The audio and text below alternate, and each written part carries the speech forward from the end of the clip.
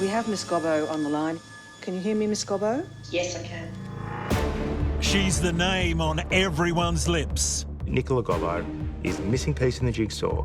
The lawyer who wanted it all. I've been asked to make a special thank you. One of her key clients was Carl Williams. How close was their relationship? It was very close.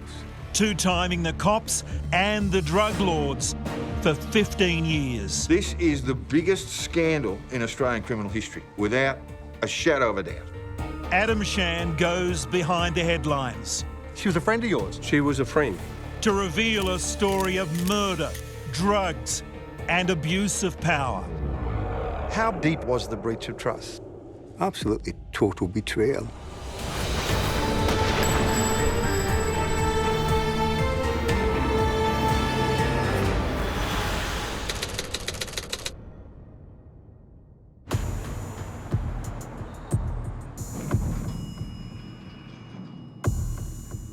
For 127 days so far, the Royal Commission into the Management of Police Informants in Victoria held public hearings.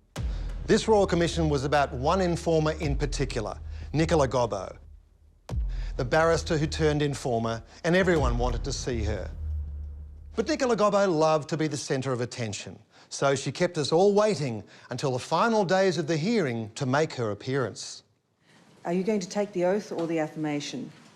And the oath. The oath. All right, then. When, under threat of jail, Nicola Gobbo finally appeared, it was via video link. Gobbo feared for her safety if her face was shown. I swear by Almighty God that the evidence I shall give. The only one to see her was Royal Commissioner Margaret McMurdo.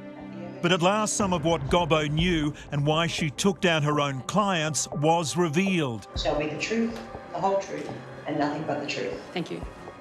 Most of the crooks that Gobbo informed on deserve to be in jail, and I struggle to have much sympathy for them. But what matters to me are two unsolved murders from the period when the barrister was operating as Informer 3838.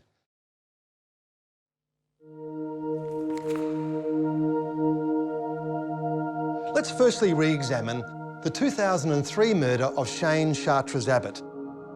We investigated this last year, but there were some big unanswered questions, including the identity of an undercover operative the police used.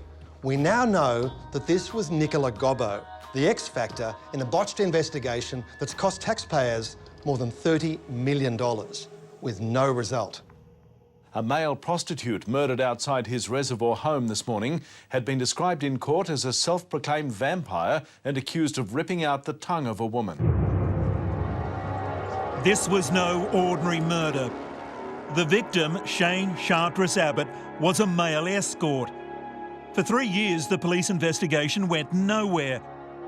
But in 2006, there was a breakthrough. Who was the prisoner who cryptically wrote vampire on the palm of his hand? We still can't name him for legal reasons. Last year in our report, we referred to him as the author, and so he shall remain. The author is a career criminal who was serving a life sentence in Barwon jail when he confessed to the murder of Shane Chartres Abbott. Strangely, when the police took the author's confession, they allowed him to face the wall instead of facing the camera. I decided to help eliminate a person whom I regard as an animal and a danger to other females. It was a revenge killing. But why would the author confess? And how does Nicola Gobbo fit into this story? You have to go back to Melbourne in the mid-2000s. A man whose body was found in a Brunswick street on Saturday night may be the 25th person to die in Melbourne's Gangland War. The Gangland War was in its final throes. Most of the bosses and their paid killers were in jail awaiting trial.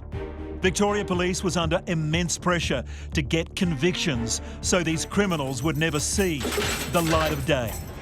Barwon Jail was used as a pressure cooker to turn criminals into informers. They were locked down 23 hours a day, often in solitary confinement, and visits from family and friends were limited. For a long time, some of the heaviest gangsters in the country had no idea that their barrister was double-crossing them. It was a brazen and audacious betrayal. I'm David McCulloch, and I spent 13 years and 4 months in Bowen prison. For a crime you didn't commit? For a crime I didn't commit on that occasion, yes. David McCulloch watched this Royal Commission very closely. As a former inmate at Bowen, he observed firsthand Gobbo's movements within the prison. We met with him just before he was deported from Australia after submitting evidence of corruption in his case. There's a pretty strict system how people come into Bowen as lawyers to see their clients. What happened in her case? She would come in to see one particular client and would be given access to several clients. Nothing recorded? Off the record, yes. And what would be the purpose of those multi-client meetings? It was so that she could have access to those inmates she was trying to turn for Vic Paul to become informers against other inmates. Gobbo was a regular visitor to the author in Bowen prison before he made a statement confessing to the Chartres Abbott murder in 2006. Over the next 6 years, he made a total of 7 statements. Well, in a lot of ways what the Royal Commission has shown is that Nicola Gobbo was the missing link. She was running information from the author to her police handlers. Her police handlers were filing that information into police. It became this circular exchange of information which helps to explain why his story changed quite substantially over a number of years. Victoria needs an independent, broad-based anti-corruption commission, and we call on the Victorian government to establish such a commission. In order to avoid growing calls for a royal commission into police corruption, police chose to believe the author's constantly changing story, which incriminated serving and former Victoria police officers in the Chartres Abbott murder. Gobbo played a leading role in this dubious process. She was a friend of yours? She was a friend, and I socialised with her as a friend. They were tasking her to come and see me, provide me with false information, and pretend that she was giving me legal advice. David Waters had history with Victoria Police. He was charged with the rip-off of a drug dealer while still in the job. After being found innocent of that charge, he was trying to rebuild his life when the author, an old enemy of his, made up a big lie about him.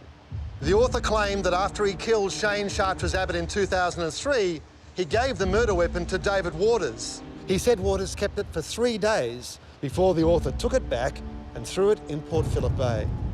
This was a highly dubious claim, and Nicola Gobbo was enlisted to massage it into fact.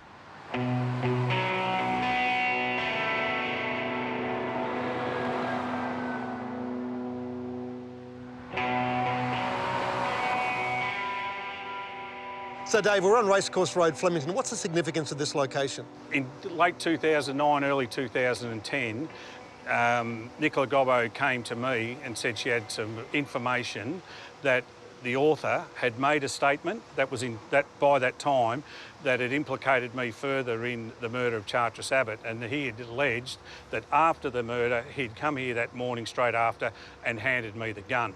So I was apparently meant to be here at the hotel or within the vicinity of it. Where were you actually, Dave? I was in Moonee Ponds. I was at a place called Poynton's Nursery.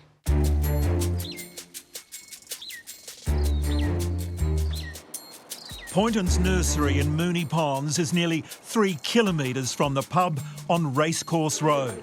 This is where I actually was on the morning that I was allegedly at Racecourse Road at the same time. So not in Racecourse Road, not in Flemington, not picking up a gun? No, picking up a latte in here with members of the City of Moonee Valley, who I was working for at the time. We had a meeting in relation to the next schedule of works for the next month. In 2010, Waters was running an earth-moving business, as he had been since the Chartres Abbott murder. His only mistake, telling Nicola Gobbo the truth when she came to see him.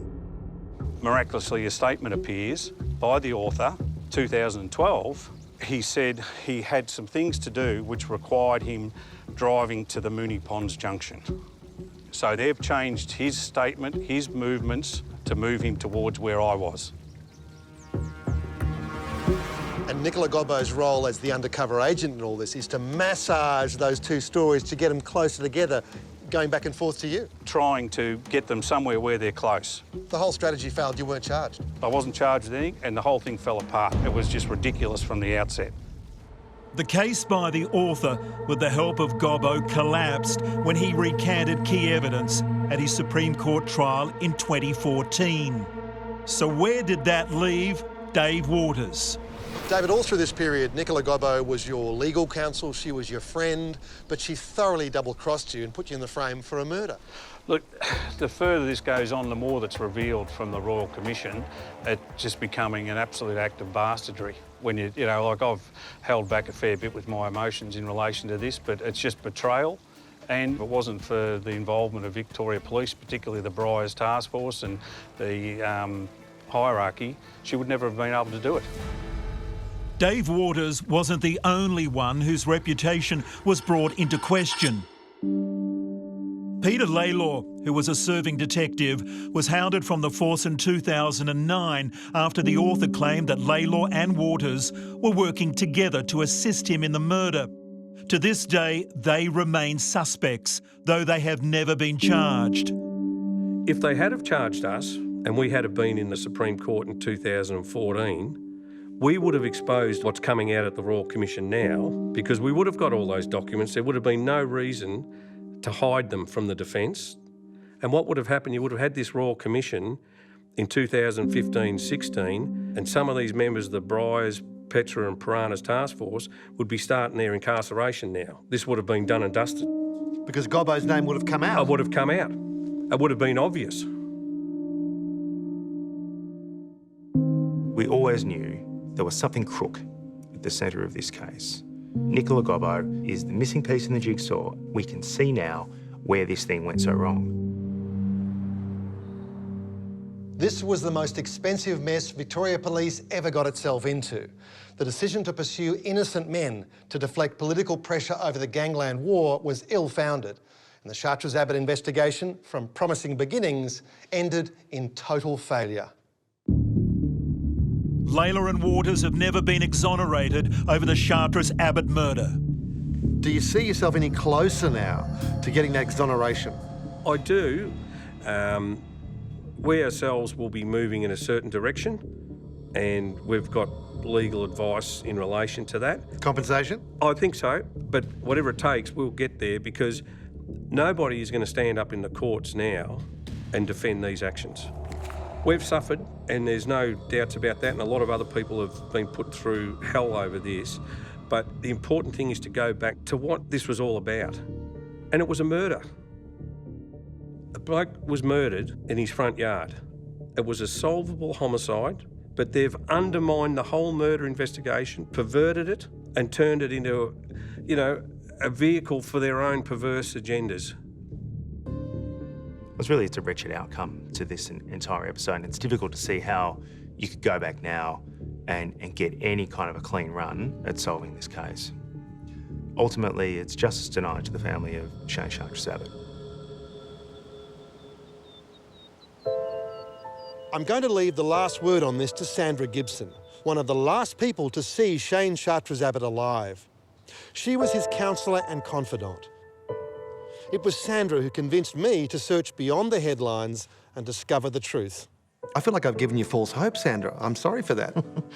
Oh, look, I probably knew that this is probably as far as we could get, because, you're talking about the zenith of power, the justice system, police, politicians. I just think the whole sanctity of the system has been blown out of the water. And I think this is just, a nail in the coffin, really, of the injustice of the whole system. Coming up. She's always been a very different cat. Gobbo's double life and her drug-dealing boyfriend. She probably shouldn't have gone into the family business.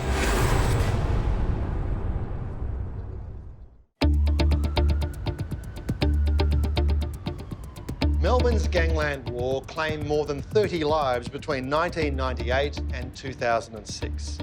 Victoria Police would have you believe that they brought peace to the streets through hard work and innovative investigation techniques.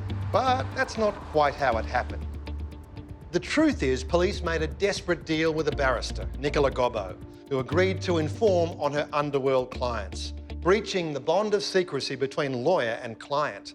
The seeds of her double dealing were sown well before the Gangland War even began. In 1972, Nicola Mary Gobbo was born into a legal dynasty. Her uncle was a Supreme Court judge and a Victorian governor. Her cousin is a QC, and her estranged sister, Catherine, a commercial lawyer.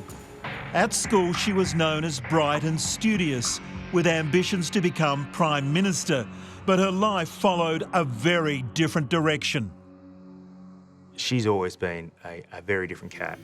Even in her days as a law student, she was living with a drug dealer in a notorious drug house. In 1993, while she was still at university, Gobbo was charged with drug trafficking after a police raid on her Carlton share house uncovered 1.4 kilograms of amphetamines.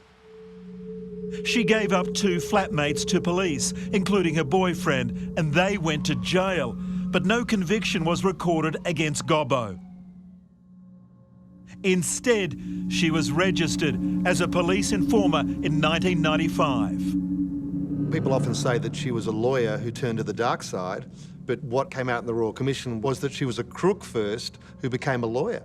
Is that fair to say? Yes. I mean, she comes from a very famous Melbourne family of lawyers, but she probably shouldn't have gone into the family business. Gobbo's double life as an informer stroke barrister continued off and on for 17 years until 2010. But her true identity was not revealed until 2019. Good evening. The identity of lawyer X, who snitched on high-profile Gangland clients, can finally be revealed as former defence barrister Nicola Gobbo.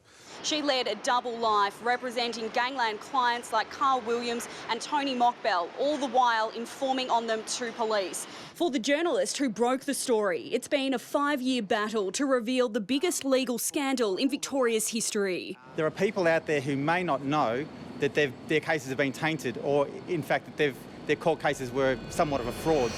You got the story of this time, if not all time. Thank you. Lawyer X. When did you first become aware of the story? It was around about the summer of 2013, 2014. She'd had some contact with police and she'd been through a civil claim, working out what was behind the writ and what was behind her motivations. There was a lot more to her, and that's what I ended up finding out. You obviously take your concerns to Victoria Police. We called them on the day that we were going to publish, and within hours we were being taken to court, trying to work out what we could and couldn't print the next day. And that went on for a week, and that ended up going on for 5 years. The fight went all the way to the High Court, which finally revealed Gobbo was lawyer X. Within hours, Victorian Premier Daniel Andrews had called a royal commission.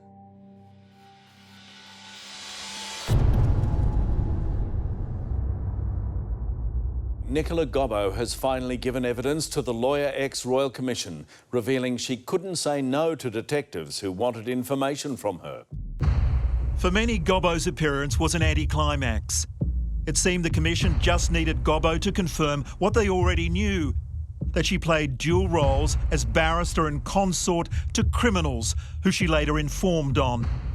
And by doing this, she may have broken the law. And you were aware that by turning up and providing advice to him, you were in effect doing things which would have a tendency to pervert the course of justice? Potentially. Well, you were aware of that, weren't you? That could happen, yes. This is the biggest scandal in Australian criminal history, without a shadow of a doubt. Police can't operate without public confidence. So this is this really narrow blue line. What are there, 15,000 coppers in Victoria? If they don't have the confidence of the public, they can't basically do their day-to-day work. And this strikes at the absolute heart of it. What went wrong inside VicPol? I mean, where was the adult in the room? Didn't anybody see that this was going to end up in this situation?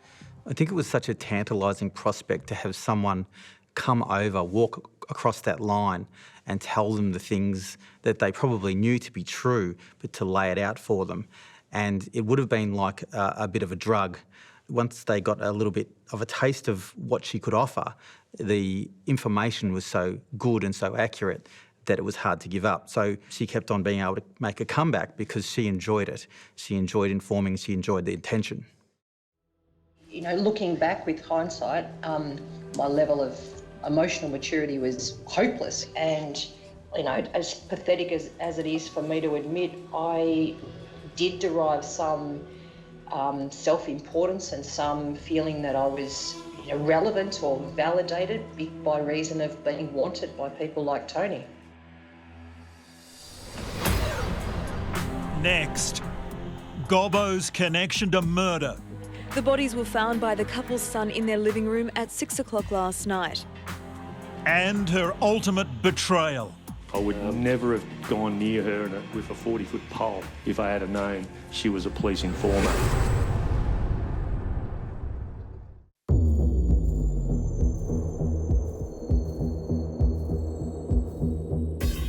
I first met Nicola Gobbo in the summer of 2003, just as her informing was ramping up.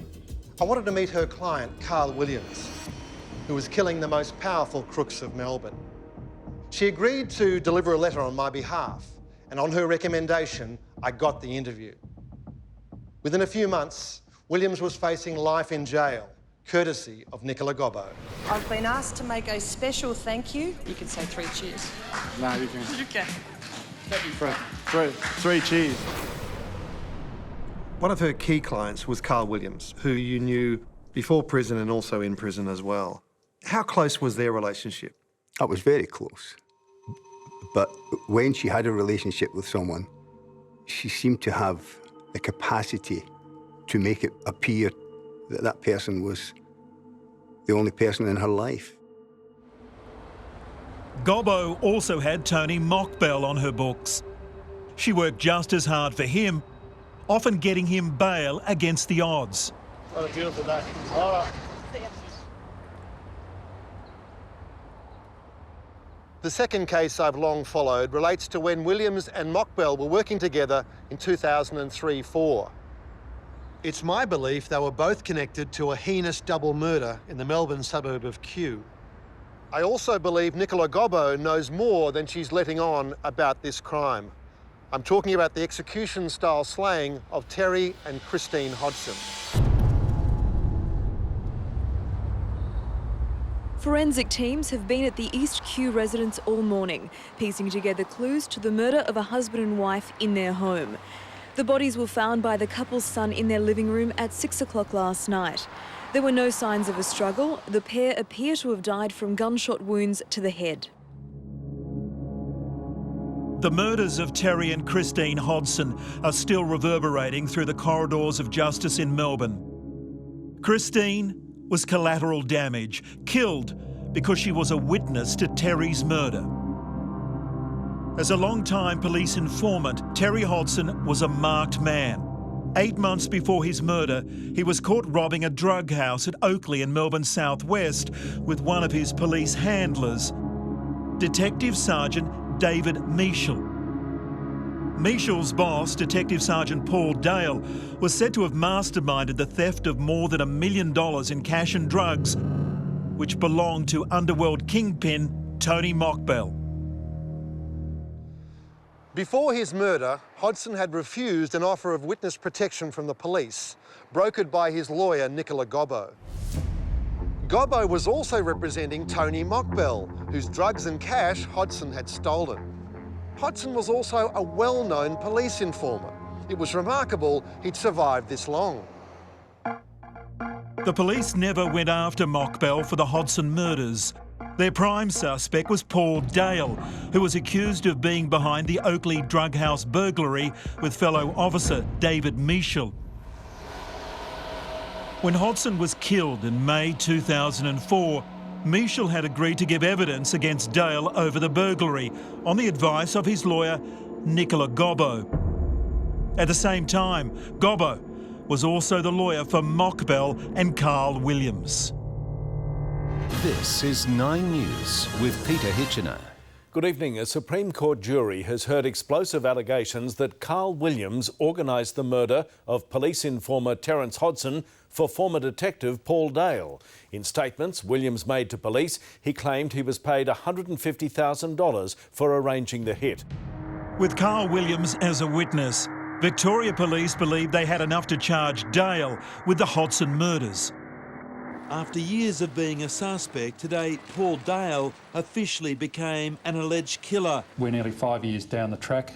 It's been a very long, complex and difficult investigation. Officers from the Petra Task Force arresting the former drug squad detective at his Wangaratta service station this morning. Nicola Gobbo's role in the arrest of Paul Dale played out in this Albert Park cafe in December 2008. At the behest of Victoria Police, she wore a listening device. She steered the conversation, quizzing Dale about his relationship with Carl Williams and his conversations with the police, and what he may have left out. Dale thought he was talking to his friend, his lawyer, not an undercover agent. She's asking him about his case and what police are doing with him, and he's divulging to her that he's being questioned by the Australian Crime Commission. She takes all that back, and on the basis of that, that gets them over the line to charge him with a murder. Dale later told the Royal Commission he had no idea of Gobbo's relationship with Victoria Police. I would never have gone near her with a 40-foot pole if I had known she was a police informer. She goes beyond being a snitch, she goes beyond being a double dealer to actually being an undercover operative for Victoria Police. That's exactly what she was. And so, in a sense, she's at a completely different level to all the other supergrass witnesses that were used by police to sort of crack open the Gangland wars and to get convictions over the line. She's in much deeper than the rest of them in terms of what she's willing to do for Victoria Police. And, you know, the crazy thing being, of course, that this is at the expense of many of her clients at the time. In an interview with the ABC 7:30 report that went to air before Gobbo's appearance at the Royal Commission, she spoke of the Hodson murders. Did you know the Hodsons were going to be murdered? Absolutely not. Detectives suspected that you were partly responsible for the leak of his informer status before his death. The whole world knew that he was an informer. The fact that he was murdered wasn't a great surprise. The way it happened, appalling and shocking, definitely, but not surprising in the context of the way he was living his life prior to his murder. And I don't mean to speak ill of someone who's deceased, but you know, it was known that he was assisting police. He was also running his drug trafficking business with the imprimatur of Victoria Police. In her interview with the ABC, Gobbo denied that she knew the Hodsons were to be murdered. We make no allegation, but she didn't tell the ABC that she was with a leading suspect on the night of the murders. A key lieutenant of Mockbell, Azam Ahmed, was the manager of the Oakley drug house that Hodson robbed. Gobbo was Ahmed's lawyer and lover. At the same time, Gobbo was helping police in their pursuit of Paul Dale. It all came undone in 2010 in a brutal few seconds inside Barwon Prison. At about 12:48 p.m. this afternoon, Carl Williams was seated at a table. One of the other inmates struck him to the head a number of times with a heavy instrument, and Carl has died at the scene. The murder charges against Paul Dale were dropped after the Crown's main witness, Carl Williams, was bashed to death inside Barwon Prison. An angry Dale maintains his innocence over the Oakley burglary and the Hodsons murders. He told the Royal Commission the fix was in when he met Gobbo for coffee. Was set up by Victoria Police using Nicola Gobbo when I was in her prison. Just like the Chartres Abbott matter, the police went with their informer in defiance of conflicting evidence. Both murders remain unsolved to this day. And consider the children of the Hodsons. They discovered the bodies of their parents in the family home. Nothing will ever take that memory away, nothing. No amount of counselling. You can't move on, not until you get some sort of closure. But at least if we can name and shame this person, yeah, then we might be able to rest a little bit easier.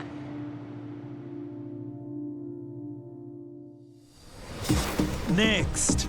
He was definitely in love with her and believed also she loved him. Did Gobbo take her lover to the cleaners? How much? I think the figure mentioned was in the region of $1 million.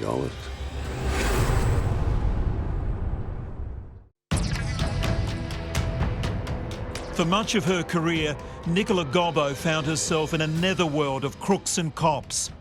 She crossed the line to intimacy with men on both sides of the law and found herself sinking deeper into the mire. Paul Dale spent time in jail over the Hodson murders, but to this day he remains sympathetic to Gobbo's predicament, blaming Victoria Police for recruiting Gobbo as an informer in the first place. A disgraceful act by Victoria Police, and I feel sorry for Nicola Gobbo because she was forced to do it. Let's go back to Adam Ahmed, the manager of the Mockbell drug house, which was burgled in 2003. We know that Ahmed was dining with Nicola Gobbo on the night that the Hodsons were murdered in 2004. Their relationship and its bearing on the Hodson murders was never fully explored at the Royal Commission. He was definitely in love with her and believed also truly that she loved him. I do believe that they were planning to get married and spend a life together, yeah. David McCulloch knew Ahmed when they were inmates at Barwon Prison. McCulloch also had the respect of Carl Williams, who was there at the same time. So Ahmed asked McCulloch for a favour in relation to Nicola Gobbo. He had heard through the prison grapevine that Carl was upset with her and had believed that she was an informer, and he was concerned that some harm could come to her. Gobbo was informing on Carl Williams, but she couldn't tell her boyfriend that. So he'd been gulled into believing that she wasn't an informer? Absolutely, yes. What was his demeanour when he was telling you this? He's quite emotional. He's quite a personable sort of guy. He's just quite emotional. And so what was his message to you? Could I convey to Carol that she wasn't an informer? And so I just put that to Carol. Why don't you just wait until you're 100% sure? And he acceded to that. So it's fair to say that you possibly saved Gobbo's life? I certainly saved her from being harmed. I don't think she knows that happened. Well, I would be one of the only 3 that know. One is dead. That leaves 2. I haven't told her. That only leaves 1. He's not talking to her. And why isn't Ahmed talking to Gobbo? Because when they were planning a life together, they bought a number of properties in her name. Ahmed told inmates that after the relationship soured, he wanted his money back. How much? I think the figure mentioned was in the region of $1 million. What do we know about what's happened to Gobbo's properties? I mean, people have tried to research what she owns. You can't find it. What's actually happened? Victoria Police have taken the step to remove any details of ownership by Miss Gobbo from any properties associated with her. Ahmed wasn't the first lover or client that Gobbo burned, and there seemed to be a pattern. She drew people in, extracted their value, and then disposed of them. Well, she'd go above and beyond for a lot of people, maybe not in Adam's case, but she's got a personality that needs to be in the middle of everything. I've sort of described it sometimes as running towards the fire and running away from it when it gets too hot, and then running back. That's the way she operated for years and years. Why didn't she just pull the pin? Well, this is sort of where we get into the psychology of it all. Even though she's not diagnosed with any particular disorder, she has certainly dependency issues. It may come back from her childhood. She lost her father when she was a teenager, and she lost her mother many years later. She needed the validity of being important to someone. That would be my analysis of it. As crazy as a time that was in Melbourne with the Gangland killings and everything that was going on, there's something crazier still about Nicola Gobbo's conduct that stretches a long way back. There's an essential flaw in her makeup, which meant that she was rife to be exploited, but also to exploit her clients and her contacts with police in this way. What view have you formed about her motivations through all this? Well, I think that's one of the more elusive things. Why she's done this, she's rationalised it and so forth. There is no question that she was in a hard place. I mean, she was being squeezed between some very serious crooks and some pretty desperate police, and she was compromised. But at the same time, as the Royal Commission showed, she had opportunity to get out of this situation. Coming up. She started really ripping off the crooks in the end. How Gobbo flipped the tables on the bad guys. Once they're arrested, she's the first person to go down to try and bail them out.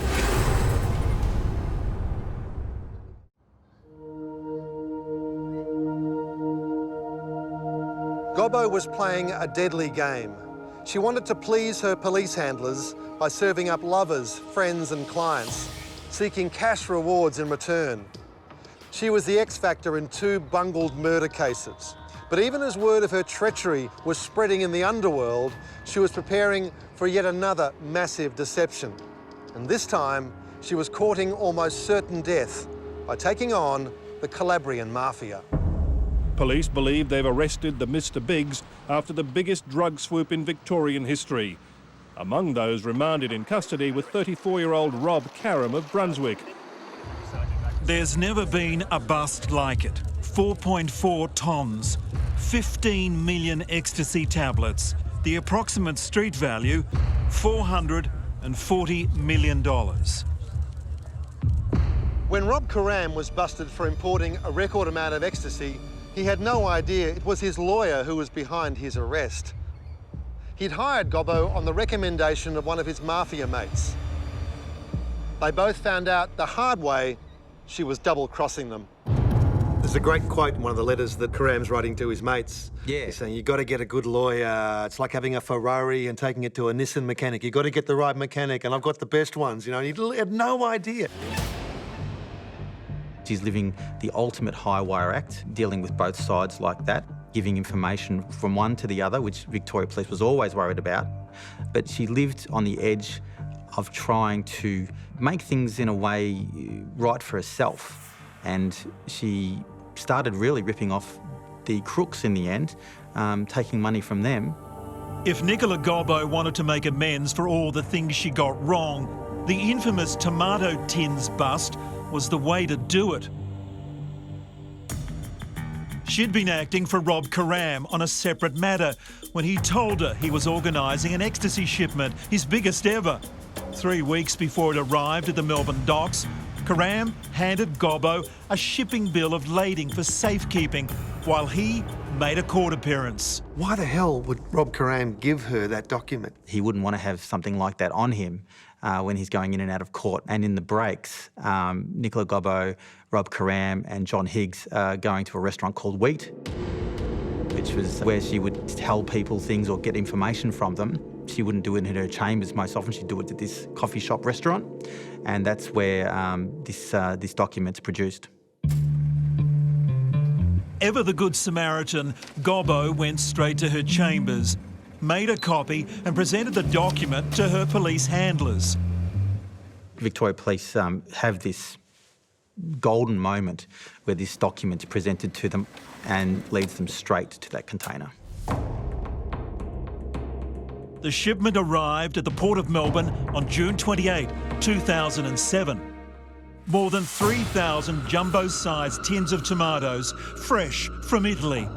Except there were no tomatoes. Instead, 4.4 tonnes of ecstasy with a street value of $440 million.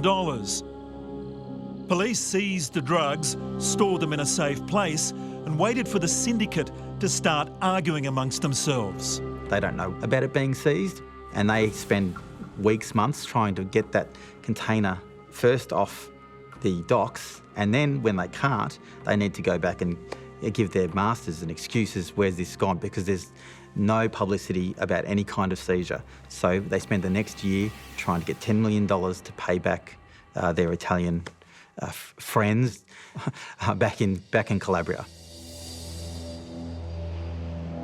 The friends in Calabria are far from amused. They summon the head of the Griffith drug connection, Pasquale Barbaro, to Italy, where he's held captive and interrogated over the missing ecstasy. Barbaro's life is in the balance, and he returns to Melbourne, promising to make good on the lost drugs. To ensure he keeps his word, the Calabrians send hitmen to Australia. Eventually, Barbaro, Rob Karam and others are arrested, which probably saves their lives. Whenever that level of attention is put on you, you're obviously concerned for your family. Well, ruthless hitmen sitting off your house with high-powered rifles, hey, I'd be concerned. I think so. I think that would be a natural reaction. It took more than a year for the AFP to build prosecutions against the gang members.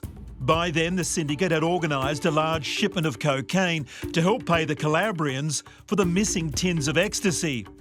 Police swooped on that shipment, as well as hoovering up the Tomato Tins gang. This is a great result. This is what makes getting up in the morning and coming to work worthwhile. The Crooks' double-crossing lawyer, Nicola Gobbo, is right by their side. Once they're arrested, she's the first person to go down to try and bail them out. And she continues on with the head of the syndicate, Barbaro, for months and years later, I think. You can just imagine the fury of Barbaro and Karam when they read reports of the epic double-cross by their most trusted lawyer. How deep and profound was the breach of trust? Absolutely total betrayal. The disgraced former lawyer admitted to helping police arrest Rob Karam, then legally representing him over the Tomato Tin ecstasy bust. He paid $60,000 in legal fees. She denied her actions crossed the criminal line. You know, looking back with... Gobbo never had second thoughts about holding on to crooked cash. Did you consider that in doing so, you'd obtain financial advantage or obtain money by deception? No. But it's clear her state of mind was deteriorating as her informing escalated. I wanted a tram to hit me on the way to court that morning because I could not work out how to not disappoint anyone or how to not let anyone down and how to get out of that mess without, or probably in a way that meant I didn't have to stand up to anyone, which seems to be what I had an inability to do. In 2015, once the Lawyer X scandal was public knowledge, Gobbo wrote a letter to then Assistant Commissioner of Victoria Police, Steve Fontana. She claimed her motivation for informing was altruistic. However, her life had effectively been ruined. I have struggled to cope with the fact that my reputation has been completely destroyed, and my ability to obtain employment within the legal profession or even utilising my 4 degrees and experience is hopeless. A Google search of my name is quite literally sickening. I also struggle to deal with the fact that any of this has happened given all the assurances I was given by police that my assistance would never be a matter of public knowledge. The reason she wrote that letter to Steve Fontana is because she's trying to position herself for a reward. She's, well, look, she's quite shameless on that front. Still to come, Gobbo's $2.8 million payday. Do you accept that if you didn't know, you should have known? Yes. But who's really to blame for the mess? My greatest fear is the police themselves.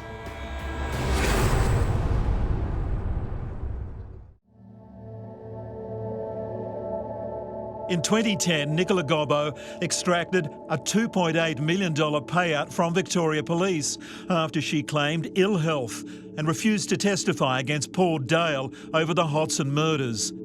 She'd originally asked for $30 million. My goodness, Kel, would that have happened in your day? Absolutely not. I can't believe that Victoria Police would have paid out $2 or $3 million to Nicola Gobbo without the sanction of the government of the day. I mean, ultimately, they would have required the sanction of at least the police minister to make that payment. You know, looking at that, there's a lot more to come in relation to the whole affair. What they knew and when they knew it. Yeah, that's right.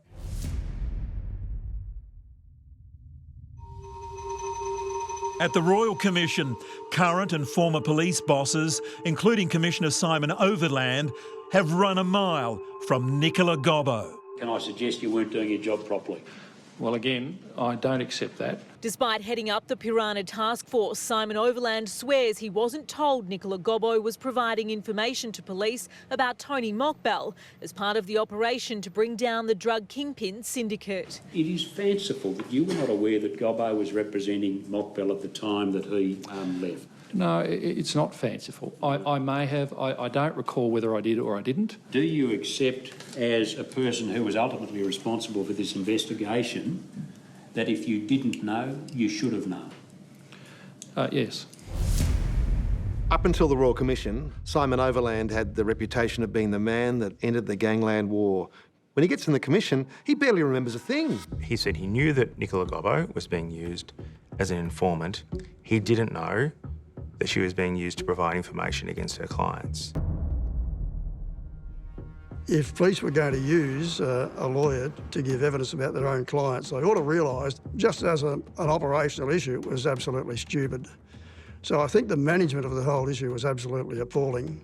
And of course, Nicola Gobbo was quite unique. Clearly, she loved the attention, she loved playing the dual role, she must have got a real adrenaline rush out of that, I believe. And it's cost her career and put her life at risk, potentially.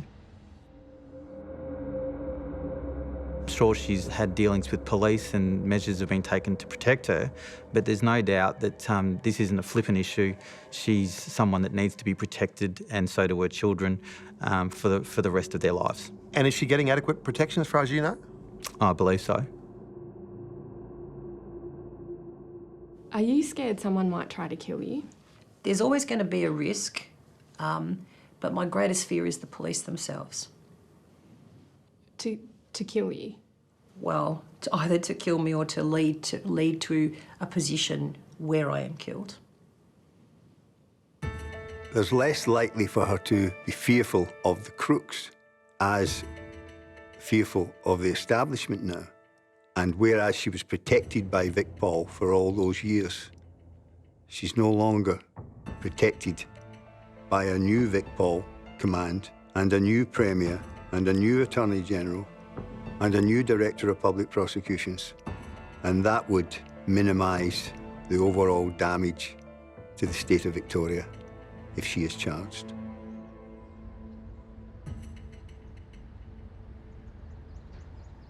It remains to be seen who'll be held responsible for this fiasco. Former Chief Commissioner Simon Overland has tried to immunise himself by putting the blame on Gobbo's handlers.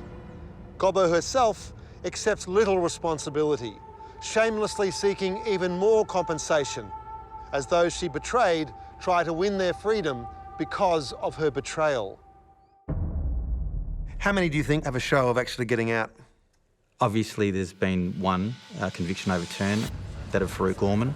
Tasting his first moments of freedom in 12 years. The three judges of the Court of Appeal ruled that the police informer's betrayal of her client was enough to set him free. There was accordingly a substantial miscarriage of justice.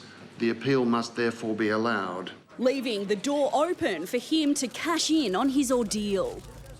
I'd imagine there'd be at least 3 or 4 more who have a real good shot at it, who are in prison. Tony Mockbell will try. And obviously Karam is another one whose case is coming up. If some guilty crooks walk free from jail because of Gobbo, that's a terrible outcome. But I'm actually more concerned about those who remain free because of her. The cold case murders of Terry and Christine Hodson and Shane Chartres-Abbott could still be solved if Victoria Police acted on the evidence they had years ago. Too much time and money has been spent on chasing innocent people like David Waters with the connivance of Nicola Gobbo. I think it's pretty straightforward, Adam. You go back to the basics, the original murder investigation, and follow the evidence. The evidence doesn't lie.